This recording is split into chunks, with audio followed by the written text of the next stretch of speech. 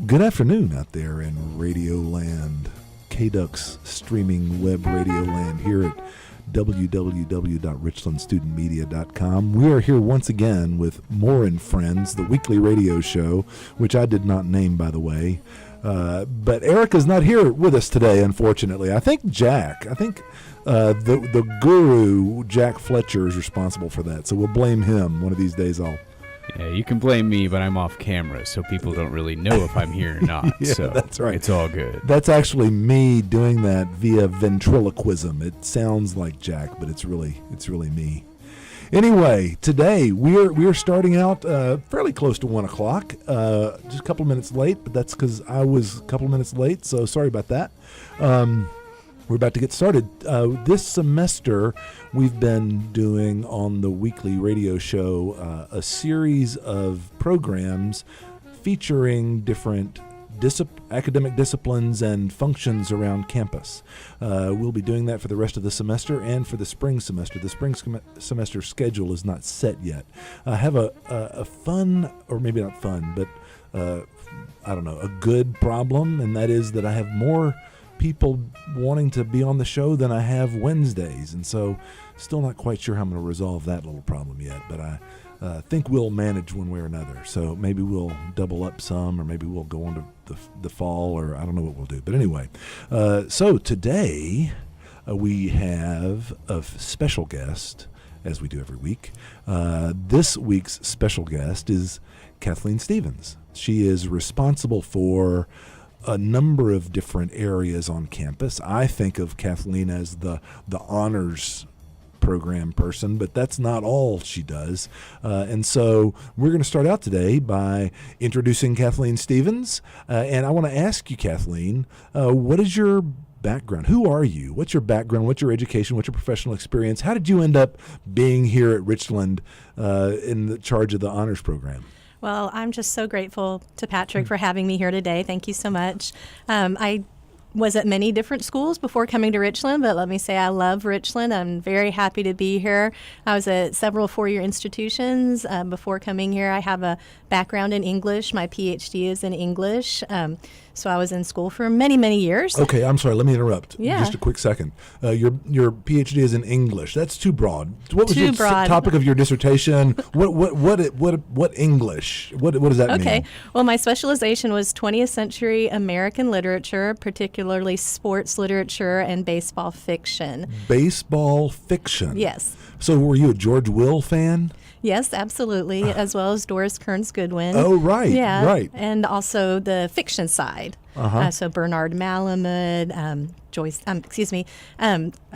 W.P. Kinsella, some of the big ones. Oh, W.P. Kinsella. If you build it, he will come. Right. Yeah, wow. That was Shoeless Joe. And Shoeless then Joe. made that into the movie Field of Dreams. I love that movie. Right. And so when I talk... I have to say, I keep interrupting you. This is so okay. rude. I'm a terrible radio host, as you'll find over this hour.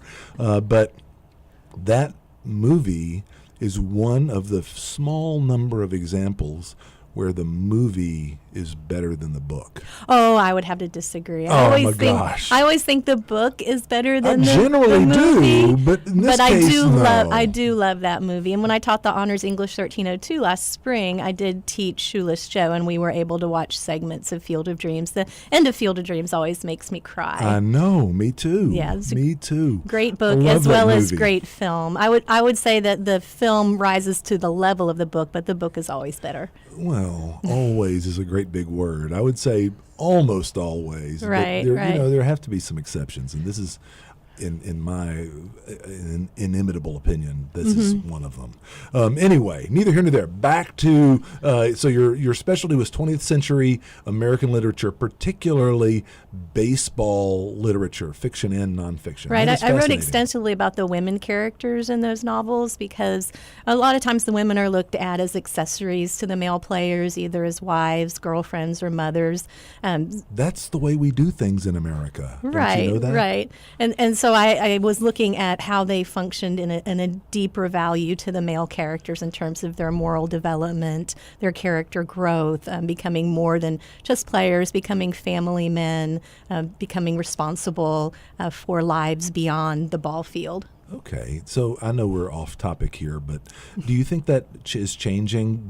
What I mean by that is the depictions of and the treatment of women in modern American literature or movies or theater or I would some hope sort of so. We've seen women play minor league baseball, but we still haven't seen our first woman major league baseball player. I'm still waiting for that day. And I think it's one of the sports where a woman could compete on the level with men because, you look at the baseball players and some of them, they just look like regular guys. Right. They're conditioned athletes, they're professional athletes, but their body size and shapes, they're not these gargantuan NFL players. Right. They're regular build, some of them Right. just very professionally, of course, toned. Right. I'm looking forward to the first time we have that woman Major League Yeah. Baseball player. Women What about have- in arts and literature, though? I mean, I think I don't know.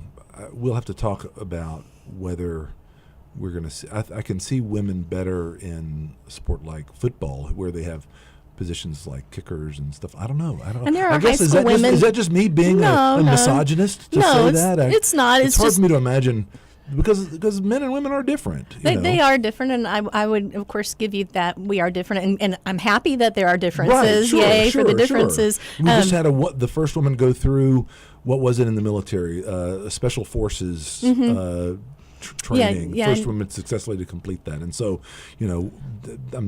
please don't think that I'm dismissing women and their capabilities. Hopefully, you don't Right, think but that. it's hard for us to imagine it if we haven't actually seen it yet. Right. So I have seen women pitch at the minor league level, and they do a great job there. So I'm just hopeful that we will see that level of acceptance. Once a long time ago, I tried to hit a female softball pitcher, Wow. and I failed miserably. And so I have no doubt that women can have strong arms. So, Right. that it is hard to, I'm old, okay? I'm old.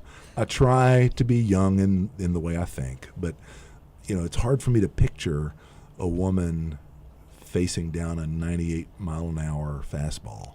But that's just me being, I'm going to get hate mail now because I said that. I would support. I think it'd be great. Mm-hmm. It's just hard for me to picture it, like you just said. We can't. It's hard to Right, picture and I things think we haven't what seen. you mentioned about softball is one of the issues that, I played Little League Baseball with my brother until I was a certain age, and then we divided into the Right. softball team and the They made baseball you go team, to softball, and they right. made us go to softball. And there's nothing wrong with softball. I'm glad that women play it. Sure. I'm happy they do. It's just that if we're not encouraging them, if they would choose to continue in the baseball path, then they're just not getting to that level Right, because they right, go right. softball direction. Okay. But I don't think if women can play softball at that level, there's no reason they can't play baseball at that level. Okay, one more question, then we'll get back on Okay. track. And that is, setting aside real world, what about treatment of women in literature? Are women, or in movies, are women, in your opinion, starting to be more realistically less treated as just an appendage to a man and that sort of thing Yes, in movies and literature? Yeah, I believe so.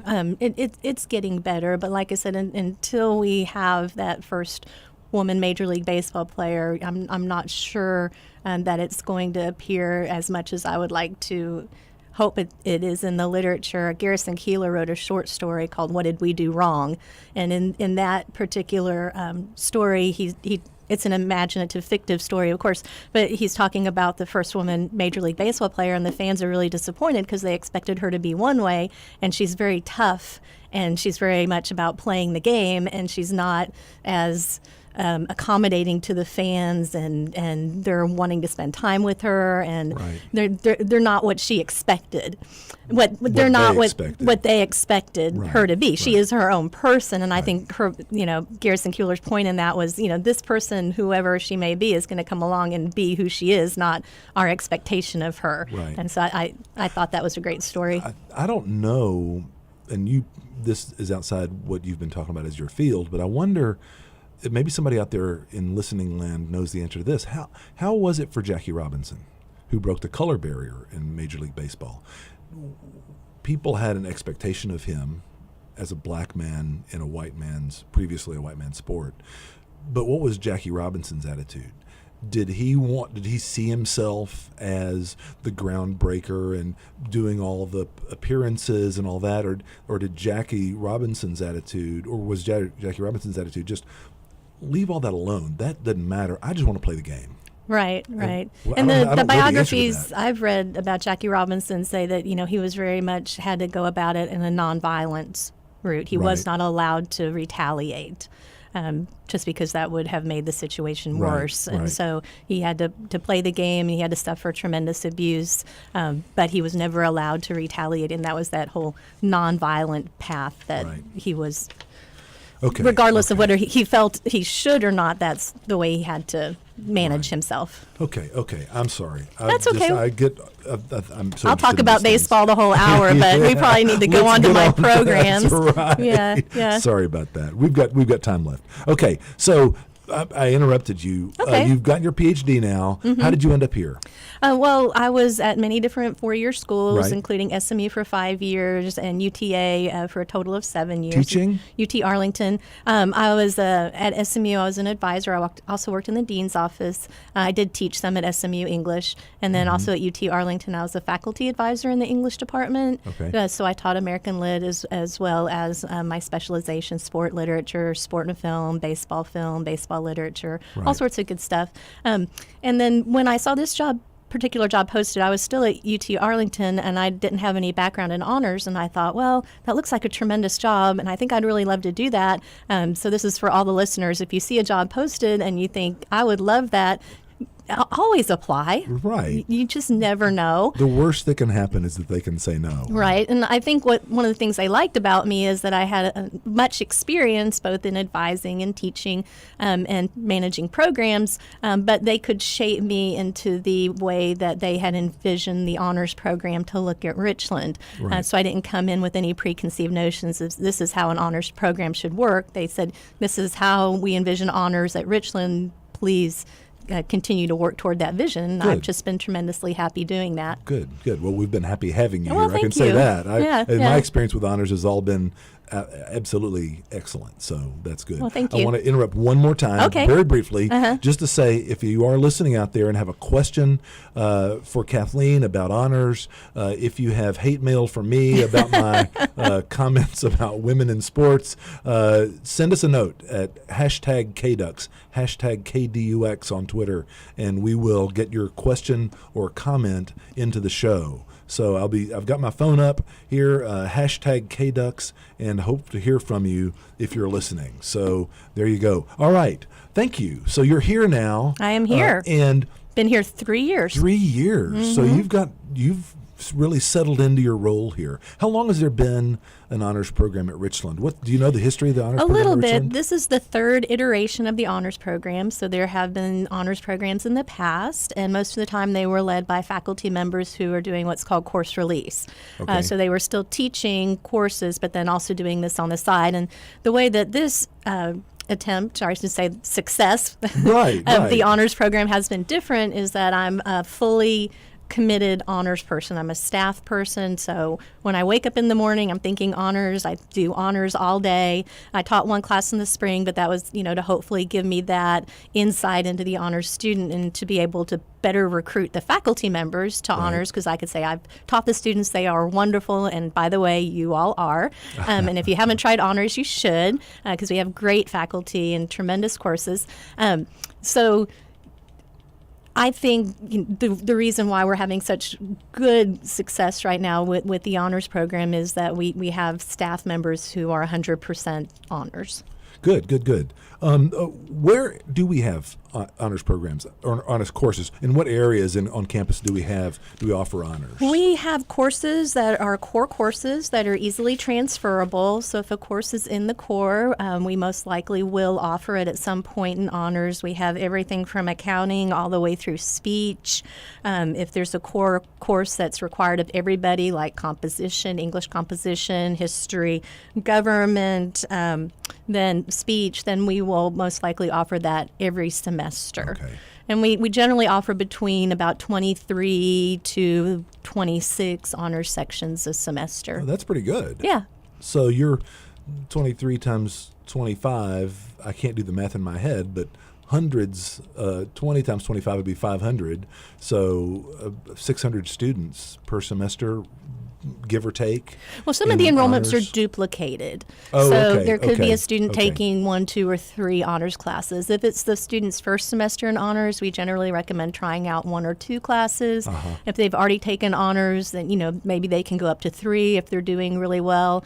4, I think, would be pushing it a little bit, because in honors we call it an enriched environment. So that enrichment could mean a number of different things. You're working on group presentations, you're having additional class discussion, you're having collaboration, because we feel that the honors student is a bright student, so we want to provide an environment that will stimulate and keep that bright student interested. We don't want our students to be bored in any way, and I think the faculty do a wonderful job making sure that the students are challenged and enriched. Excellent.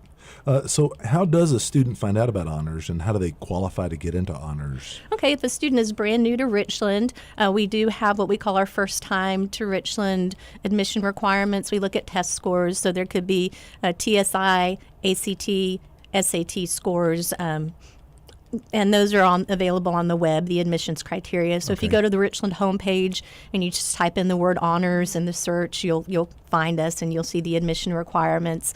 The application for admission is also online and it's free.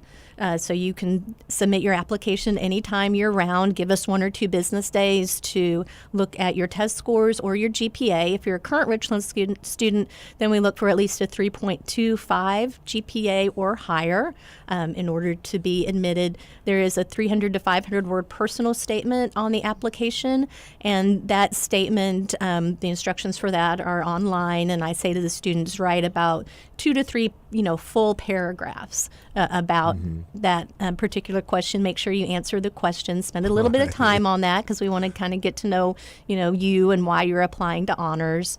Don't write 1 or 2 sentences. We will most likely kick it back to you and say, please revise. Please revise, right. Yeah. So 3.25 average, do you have a minimum number of hours? If they're transferring in from another school and have taken coursework in the past, then you will use that. But could a student take classes for 1 semester, end up with an A and 2 Bs, and then the second semester apply for and be accepted into honors, or do they have to have more coursework under their belt before they qualify? We look for at least 9 credit hours complete for a current Richland student with that 3.25. It's if a transfer student, we look for 12 hours and transfer with the 3.25. Okay.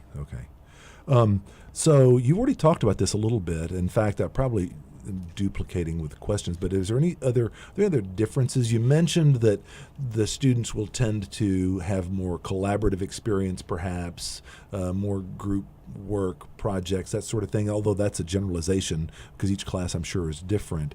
But are there other specific required differences between honors classes and regular non-honors classes? Yeah, that's a great question. For the faculty members, we provide 6 honors student learning outcomes, and we ask the faculty members to focus on at least 2. Some of the faculty members do more.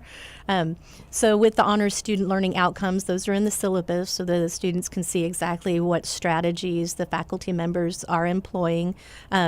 For myself in my spring class, in order to try to enrich the environment, we looked at 2 novels. One was Shoeless Joe, the other was The Natural. And because it was an honors class, I turned over the novels to them and I said, okay, I would like both of these novels read by these dates. So I would like you and your small groups to come up with your reading assignments. I want you to break it down however your small group decides, by page numbers, by chapters, however your group determines. And then you would need to be responsible for making sure you have met those reading assignments by those dates. With a regular class, I would have said, okay, these chapters need to be read by this day, the next 3 chapters by this day. I would have done that for them. With the honors environment, that's one of the things that we can kind of turn over the learning responsibility more to them. And they were really energized about coming up with their own reading deadlines, and they counted up the page numbers and they did the math and they said, wow, a novel sounds like a long reading assignment, but that's 10 pages a day. I can read 10 pages a day. day, and they right. seemed really happy about having the ability to take part in that. Another you led them sort of through that thinking process. I Correct. imagine. Right. I gave them a couple suggestions, but then they came up with some other ideas on their own. They noticed that one novel didn't have page numbers but had sections. Got it. So some sections were longer than others. So they were grouping a couple sections, sections 2 and 3 together, and then section 4 was longer, so let's do section 4 different. And so I was tremendously happy. Another way I enriched their group presentations was I told them that they had to involve assessment as part of their group presentation. They had to somehow assess the learning of their peers, and it had to be creative, and it also had to, the feedback had to be immediate.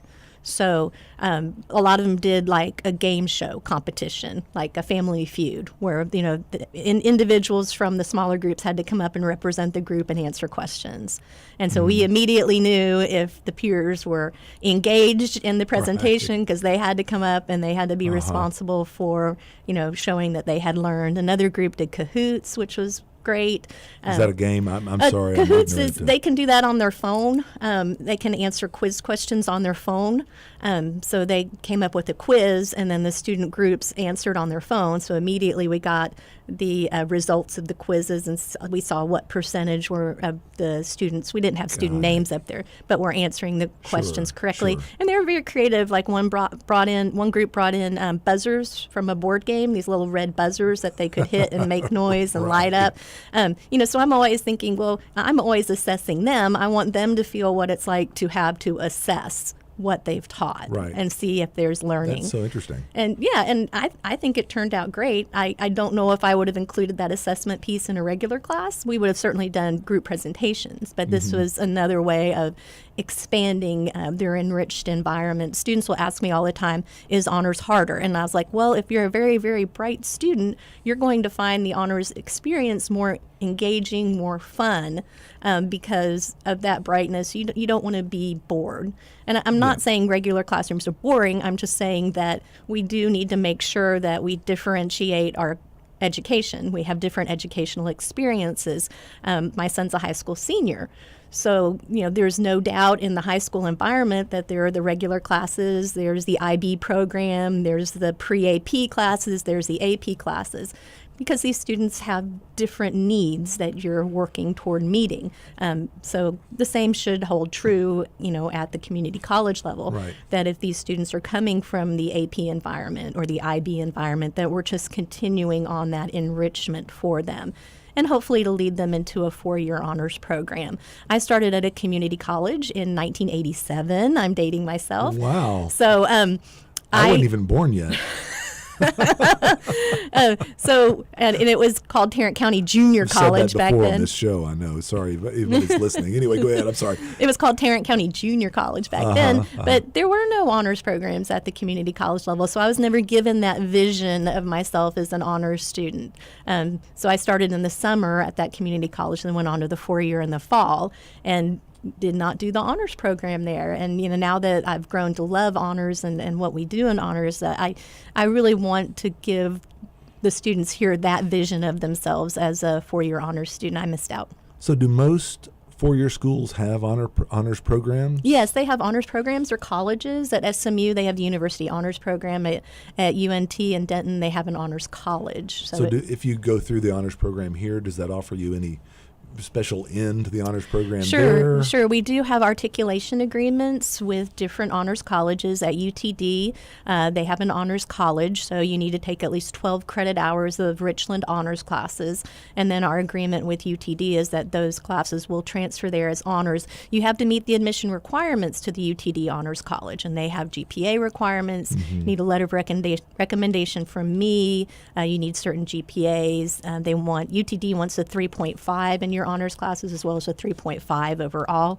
UTD is probably one of the most, they have the highest admission requirements of any group in the Dallas-Fort Worth area. I have 2 degrees from UTD, and I don't remember having such stringent requirements. Maybe we did, and I was just exceptional and didn't notice it.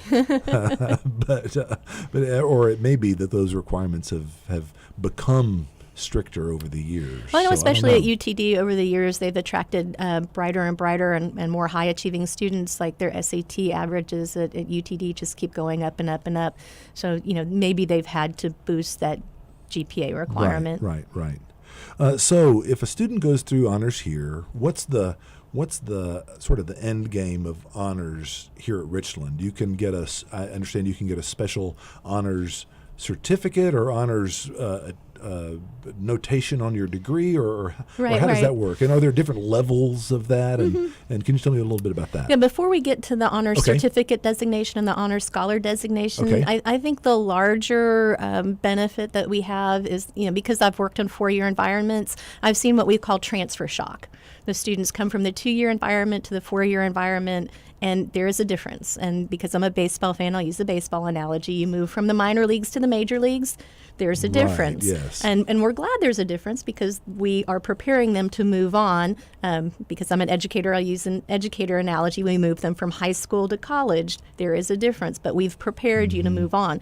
So part of the preparation and honors, I believe, is to reduce that transfer shock, to give them enrichment, and as they move to the 4-year institution, they've had that enriched environment and they're less shocked by that transition. Right. So that's kind of the larger picture. We do have optional designations students can work toward if they'd like. There's the honors certificate designation, so you need at least 9 credit hours at Richland in honors. Okay. You also have co-curricular and extracurricular requirements. Okay, I was going to ask about clock those. hours. And those clock hours, students will always ask, what's the difference between co-curricular and extracurricular? Extracurricular is anything fun, like Ducktoberfest.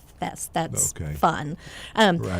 And co-curricular is fun too. This thing's not fun, right? Oh no, it's fun too. Okay, It's I fun got too. you. Okay. But co-curricular is related to your courses, your major, or your career path. So if you're taking a speech class and you go hear a speaker, that's co-curricular Right. because you're studying speech. And we try to make it as accessible as possible for students to get their co and extracurricular hours. The students working all day, they could go to any musical performance here in the evening, or they could go to a musical performance of their own choice. Dallas Opera has La Traviata going on right now, which is my favorite opera. Oh, that's your So, favorite. Yeah, it's my favorite. Okay. I'm a fan. Yeah. So, students can go outside of Richland to other events, and if they're taking a music appreciation class, or if they want to be a musician, or if they're a music major, all of those musical performances, that would be co-curricular.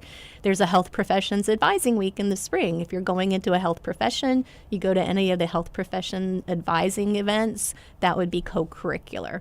So just think co means courses. Got it. And so there's a certain minimum of those co-curricular and extracurricular hours. Yeah, you for need to each have. designation. The lower designation is the honors certificate designation, and you get the letter H next to your name in the commencement program, which is Got very it. nice. I've seen that, yes. Yeah. The higher designation is the honors scholar designation, and that is 15 credit hours of Richland honors courses.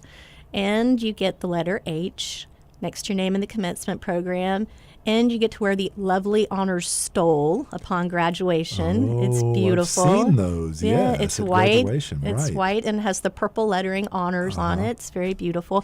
Plus, you get a gold emblem on your diploma that says honors. So the scholars are very, very special. We'll have about 15 to 20 honor scholars a year, and they've worked really hard. That's a difficult designation. Certificates are still wonderful. We have more than that with certificates, probably about 30 certificates. But Which in itself, obviously, not to belittle it at all, it's Right. still an achievement to it do is that. a great achievement to do either. And then you can put on your scholarship applications, your resume, that you've earned the honors certificate or you've earned the honors scholar at Richland. And we hope that encourages students to move into those 4-year honors programs. We have students in honors programs at UNT, UTD, UT Arlington, and SMU. Got it. And Texas Women's. And Texas Women's. Don't good. forget Texas Women's. It's a great school. Great school. Never that's forget right. them. TWU. Yeah. Although you can go there as a man. Absolutely, yes. And we have men who are planning to transfer there, and I tell them it's mostly women, and they say, great. Yeah, that's not a reason not to go there, right? Right. And we will have scholarships, honors scholarships available this spring. I'm working on increasing the amounts of the scholarships. So go to our website or contact me at K Stephens with a PH, KSTEPHENS at cccd.edu. Right. If you want information about scholarships, I'll send you that information. I'm looking at increasing the amount of the scholarships. We've had $500 scholarships for this fall. We gave 8 $500 scholarships. That's really good. Yeah. $500 is a And we are significant looking amount. at increasing that amount for the spring. So how would you just apply, and do you have a certain number of scholarships available, or Right. certain dollar amount available? We will have certain number of scholarships available. We haven't settled on that completely yet, but we're looking at increasing that amount from 500 to a higher amount, which would be wonderful.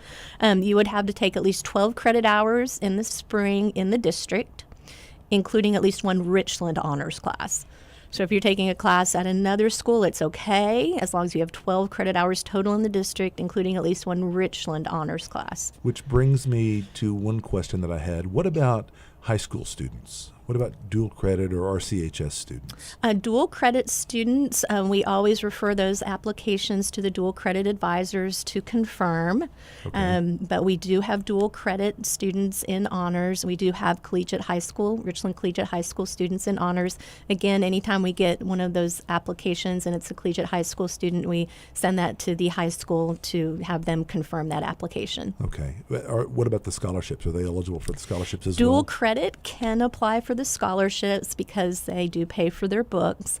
A collegiate high school, all of their expenses are covered paid anyway, in the high right. school. So, yeah, I see. they don't I see. That receive the makes sense. scholarships. Got it. But you did ask me about honors programs at other Right, schools. yes. Eastfield has a program, El Centro, and Cedar Valley. So all 7 DCCCD schools don't even have honors programs? Not right now. That is a shame. Yeah, I would love, and I'm working on getting an interest meeting together with all of our sister schools, the 6 sister schools, to try to share our vision of honors throughout the district. I would, honors crosses all disciplines, so Sure.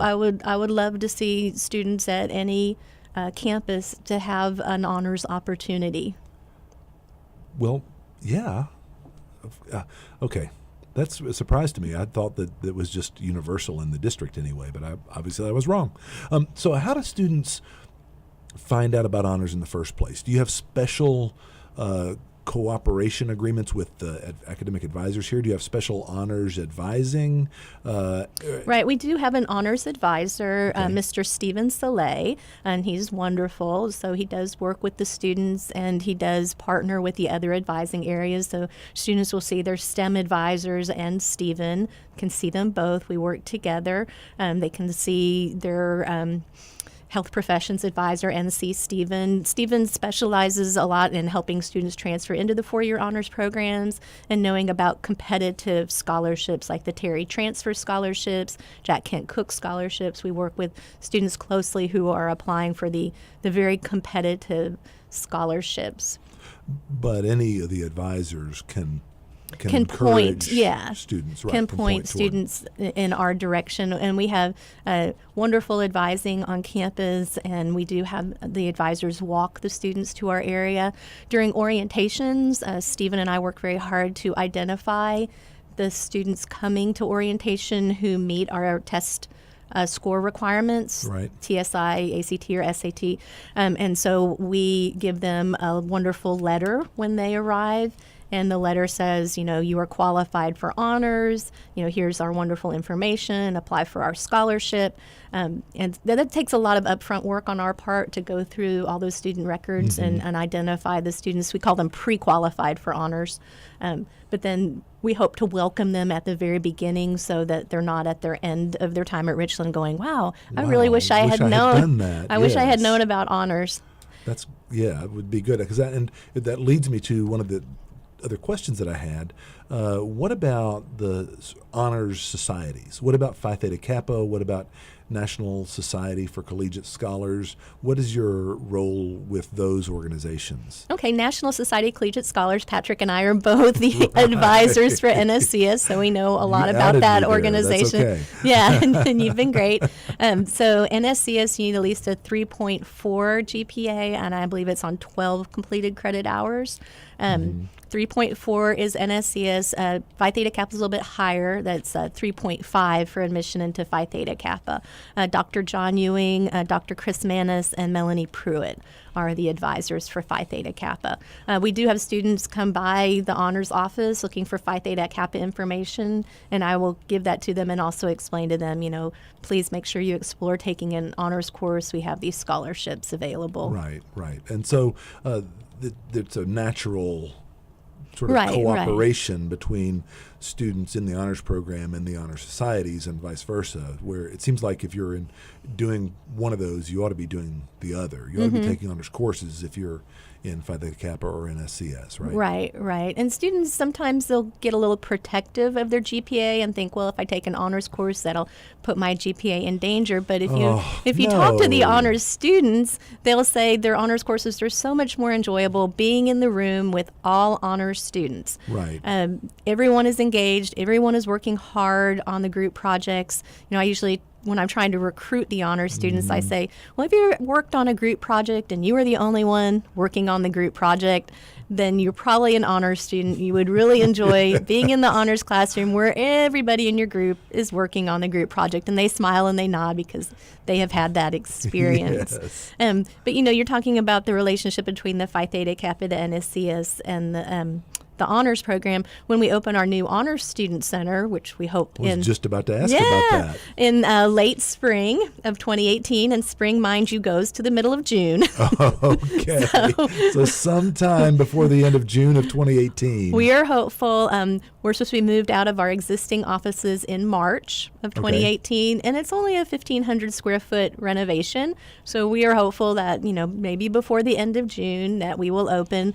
We might have a more formal opening ceremony in the fall once everybody's returned to campus, but it's going to be... As long as you serve cookies. That's right. Everyone will be able to come and see what it's like. We'll have a kitchen area with microwave sink, refrigerator. There'll be a quiet study area. That's also available for collaboration. And then there'll be a computer lab where people can come in, bring their own laptops. There'll be like a Wi-Fi bar. And then we'll have also staff offices. So it's really going to be a lovely facility for the honor students. Honor students. So you'll have your own little kitchen, your own little study area, Wi-Fi bar, whatever that means. Well, that means that they can bring in their laptops and set it up on the bar. And sit and... That's great. Yeah. That'll be real. And so it'll be a 2 or 3 month renovation project in your same space. Where will you go while it's being renovated? Do you know that If yet? I have to sit in the subway, I will sit in the subway restaurant during that time. I'm just so delighted That's okay. that Whatever we're going it to takes. have a space for the students. And Whatever I think it takes. when you go to honors programs and honors colleges, especially at 4 years, the students expect that because you are doing this extra effort in honors that you will have benefits, including a space. Right, And the amount of collaboration that is done in the honors classroom in terms of group project, we really needed a place where the students could come together and work on their honors group projects. Okay. So we've been talking a lot about the students. What about teachers? Why would a teacher want to be involved in honors? What are the requirements? What are the expectations? You talked about this a little bit. You mentioned the learning outcomes that are required, and obviously one inducement for teachers would be to have the honor students. Right. But what is it? What's in it for teachers? Okay, great question. I tell professors that, especially when I taught the honors English in the spring, that it was really how I always envisioned education to be. The students were present, they were engaged, they had completed the homework, they were asking questions. And they were really responsive when I would give them leading questions for discussion, and then they would take over the discussion. So they're these students that are just so thoroughly engaged in the material, in their education, and in their process of becoming an educated person, that it's very rewarding. Faculty members find it very rewarding. They say they look forward to their honors class. They enjoy it. It energizes them. We have an honors learning community going on this fall between English and philosophy. So professors Mary Wood and Jeff Manzi are doing that. Mary Wood's on the English side. Jeff Manzi's on the philosophy side. And learning community is special because what they're studying about in philosophy, they're writing about in English. Do you know the topic of their learning community? Yes, it's coming of age in the 21st century. Oh, wow. Yeah. And then in the spring, we'll have our... It's hard for me to imagine as someone who came of age in the 18th century, myself, 18th century.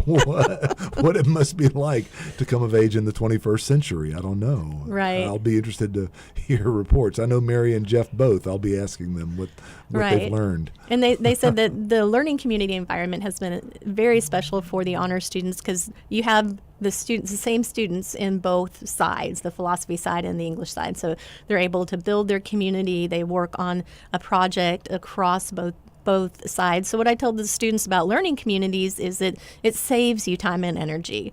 We're going to have in the spring a biology and English learning community. So what you're studying about in biology. Both honors courses. No, this is regular learning community. Regular learning community. Yeah. Okay, well, I was going to get there, but Okay. go ahead, dive in. That's good. Yeah, I'm also responsible for for the learning communities on campus, Right. both honors and regular. And with the regular learning community, especially the biology and English, biology is going to be Professor Jill Bittner, and English is Professor Kendra Unruh. They're going to be looking at sustainability and environmentalism. So on the English side, they'll be reading things like Walden. And on the biology side, what they're studying about in biology, they're going to be writing about in English. So for folks out there who are really interested in science, you want to take that biology 1407 in the spring, save yourself some time and energy in your English. You already know what you're going to be writing about in English, and it should be interesting to you because you're a science person. So there are two different ways of organizing learning communities, right? There's one where the classes remain separate, but they're somehow coordinated, and the faculty discuss what the assignments are going to be, but there are two separate classes. Then another way is that it's a 6-hour block, and that both faculty are in one classroom, and so the students are there for the as if it were two full classes in the one. So are these one way or the other? Are these ones you're talking about, the biology and the philosophy? The biology and the English are linked learning communities, and that means that they'll go to the English class, and then the same group of students will go to the biology class, but the professors are not in the classroom the entire time. Okay, so it's two separate classes. It'd be really linked. You have to be enrolled in both. Right. And in fact, when you sign up for a learning community, if you enroll in the English side, it will automatically enroll you in the biology side. That's how we have it set up in the registration system. But it would be hard for the English professor to kind of wander around a biology lab. So that's the reason those are linked. Sure. We also in the spring will have Professor William Matter and Professor Kathy Yates do their rock and roll learning community, which is very, very popular. I know. Extremely Bill popular. has his office 2 doors down from mine, and we're always talking about his music. Yeah. So it's good. So, if you're wanting to take a government and an English class in the spring, I would highly recommend the rock and roll learning community because they'll look at different songs and they'll talk about the Beatles, but they'll also talk about the social protest movements and things going on in the government and things going on with the lyrics behind all that wonderful music. So it's really an opportunity to engage the students through music. Right. And get them into the government and the English materials. And that one is going to be organized the other way. They're all in there together for the full 2 hours. Right. 2 classes. There will be a break at the normal class time break, Mm-hmm. but both professors will be in the classroom, both sides, Right. and which is wonderful. I've seen them demonstrate these learning communities, and there's such an interplay between the professors. They have the wonderful conversations going on between them, and you get to hear them and watch them interact, which is, I think, unique in the college experience. So many times you're going to government class and then you go to English class, and they're just so separate, and you see the professors talking about their separate items. But in the learning community, you get to see the professors talk about how their disciplines interact, which is what we do in the real world. We all have to work together and cooperate and make sure that we're moving toward the same goal. I've actually taught learning communities in the past. Wonderful. And the one that I have taught a couple of times, like 3 times, and would love to do again is my conspiracy theories learning community, which was a government and English learning community, and we were together in the same room, and it was always fun. It was always fun. Students are really interested in conspiracy theories, and it's really not we use conspiracy theories as a vehicle for learning to read and write critically and to think critically about how to evaluate evidence and that sort of thing. And you get the government content in there at the same time. So Yeah. So it was a lot of fun. I need to talk to you about getting set up to do that again. I have to find somebody to do it with. Fall proposals the deadline's already They passed. passed. Okay, well, spring of 19 then. Spring of 19 proposals will be due sometime in June. So I got lots of time. Yeah, so if you're looking at wanting to teach honors in spring of 19, then there will be a deadline coming up in June, both for honors and learning communities. Better to do them in the spring or the fall, or does it matter? I don't think it matters in particular. And if you do it in the fall, then we have all summer to recruit for the learning communities. Right. If you do it in the spring, then you can visit the fall classes. I know with the Biology 1407 learning community for the spring, the professors have been visiting every single Biology 1406 class. Because that's the most bang for their buck to get the students moving into 1407. Right. So I'm really hopeful for that particular learning community.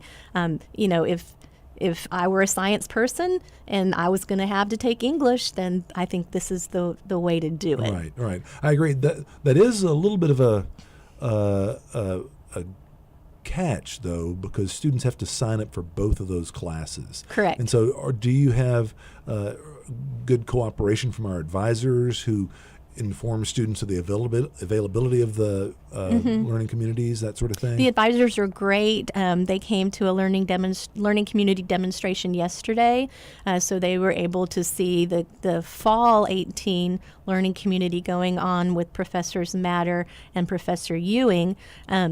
They're doing their Amazing Grace learning community right now, so they're looking at religion. It's a philosophy.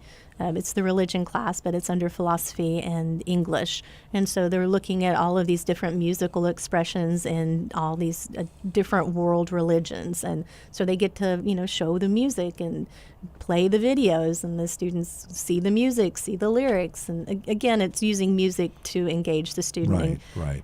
They talked about Bob Marley and Rastafari, and all, and the students are like, "Oh yeah, we know who that is. Yeah, that's right. We know who that is." Okay, we're about to get out of time here pretty soon. I want to ask a couple more questions. Do you? I know that you have had a study abroad program. Correct. But that's right now sort of in abeyance. What's the story about study abroad? We have a preferred vendor, Education First, also known as EF, and they organized our study abroad in the spring of 16. We went to London, Paris, and Amsterdam. It was an honors course, so you had to qualify for the honors program and then sign up for the honors course. It was a psychology class. And the tour was called History of Psychology in Europe. So we went to all these different places in London. And you didn't go to Vienna? Well, Freud does have a house in a house in London. Oh, I didn't know that. Yeah. So there is a Freud museum and house in London. Okay. Yeah, because after he left Vienna, during World War II, he came to London. Okay. And so we went to his house there, and they have his couch. And I had always had this picture in mind of Freud's couch as being this kind of leather, polished, very clean. And you go to see his couch, and it's wonderful colors and rugs and pillows and all these different shapes. And so you should look that up. Google Freud's couch, because it is very much different from your picture in your mind. We also went to Paris and then Amsterdam.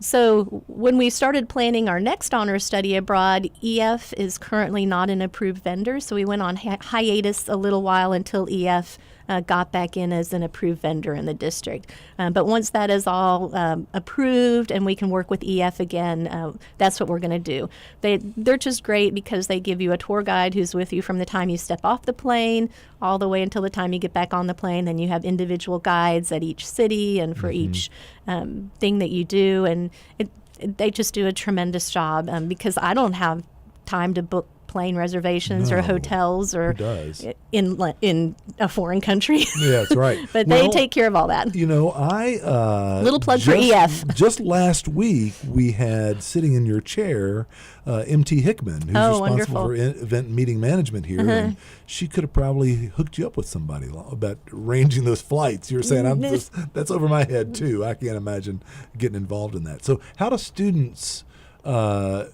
pay for that? Are there scholarships available?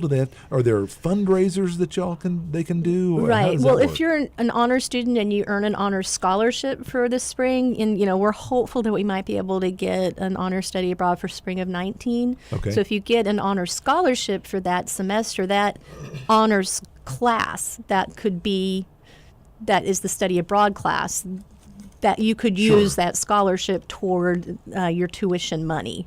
Okay. We would like to Are get to the flights and hotels on. EF puts that all together in Okay. one price, and then the student, I say they, I mean the student is able to go to the EF website, set up a payment plan, Got it. and do all that. Okay, so that's manageable. It is manageable. It is expensive because you're traveling and it is overseas. But the nice thing is when you go, all you need money for is usually lunches are not covered. Any spending money that you would want to take in terms of getting yourself souvenirs. But all if the you need travel a therapy session on Freud's couch, then that would be on you, students. Keep that in mind. But all the travel is covered. The airfare is part of the payment. Any ground transportation, any admission to any sites or museums is covered.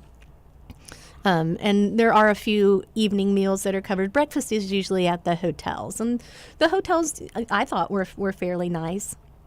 I thought it was a great opportunity. We took 12 students with You're us. not going to be in the I don't even know what the high-end hotels are. But No, probably it's gonna not be high end, yeah. but they're nice enough. Yeah, sure, sure. You're not going to be in a flea bag somewhere. No, not at all. That's good. I'm glad to hear that. You wouldn't want to put my students up that way. Right. And the professors who are interested in proposing an honors classes study abroad, you would just do the regular proposal cycle, but let me know that you're interested in exploring honors. Okay, and I've heard from EF about being in some sort of a overseas study abroad thing, and now I know I have to probably wait until they are reapproved as a vendor, and then maybe get into an honors. We could easily do an honors government class in London and Paris and wherever. I mean, all those countries. One thing that's consistent about all those countries is that they have governments. They do. So, you could go to the EF website and just type in governments and see what kind of package tours they already have put together. And the nice thing about those is they've done them many times, so they've been able to refine the student experience, over many trips to make sure that the students are getting some good quality time. You have to have contact hours if you're a professor. Contact hours cannot take place on a plane or on a train Okay. or on the metro. They Right. have to, be in the museum getting those contact hours. But EF is sensitive to that, so they've built in these study times. Okay, well, we're about out of time, Great. but I've got to ask my last question here. Yeah. What else haven't we talked about? And just sort of what is your elevator speech for promoting honors, and what other topics should we have brought up today? Just one more point. We have a new department assistant in honors. Her name is Jerry Flores. I believe she's listening, so thank you, Jerry, for Thank listening. you, Jerry, but she has not tweeted at us at #KDucks. And that's so because- Jerry, you're kind of on the out list with me already, and I haven't even met you. So Well, that's because she's in the garden level location of El Paso Hall, where it's hard to get a cell phone reception. is that what we call it? The garden level? The garden level, I didn't yeah. know that. The other thing That sounds nicer than what? Anyway, go ahead. The other thing I would like to emphasize is the spring honors applications are due January 15th, Okay. which is a holiday. So make sure you get them in before January 15th, especially if you need a professor recommendation, which you will. Okay. So you would need to make sure you get that professor recommendation before they disperse for the holiday break. Right. My quick elevator speech for honors would be that if you're unsure about honors, if you're on the fence, take one class. Because you can apply for a scholarship, you might win it, and you might really enjoy honors. And you could just take one class. We think the students are very, very happy in honors. I'm sure they are, because it sounds like they're getting an enhanced experience. Yeah. Okay, well, this has been great. Thank you so much for being here, welcome. Kathleen. I really appreciate it. It's been interesting. I learned stuff. That's why I started doing this, was because I'm interested in what people are doing around campus. Yeah. And this was the best way that I could think of to have a chance to talk to people around campus about their topics in sort of a trapped situation. I can trap you here and make you talk to me about what you do. So I'm having a great time this semester, and you've been a great thank guest. you. Thank I've been happy to be on More and Friends. Thank you. Oh, wow. Yes. Jack, your name comes up again. All right. Now, I guess I'm supposed to say something like, and tell me if I get this right. Jack's actually sitting out there now, so he could do this himself, but I'm going to try to go there. Oh, wait a second now. Hold on. Any opinions or have been the opinions of the guests and not necessarily the opinions of KDUX Web Radio, Richland College, or the Dallas County Community College District. Is that close enough? I think that prevents us from getting sued. So that's good enough, man. Good job. Got it. I need to write that down for next time. And so thank you out there for listening. I appreciate it. Have a great afternoon, and we will see you next week. Next week we have theater. So Andy Long will be here for theater next time.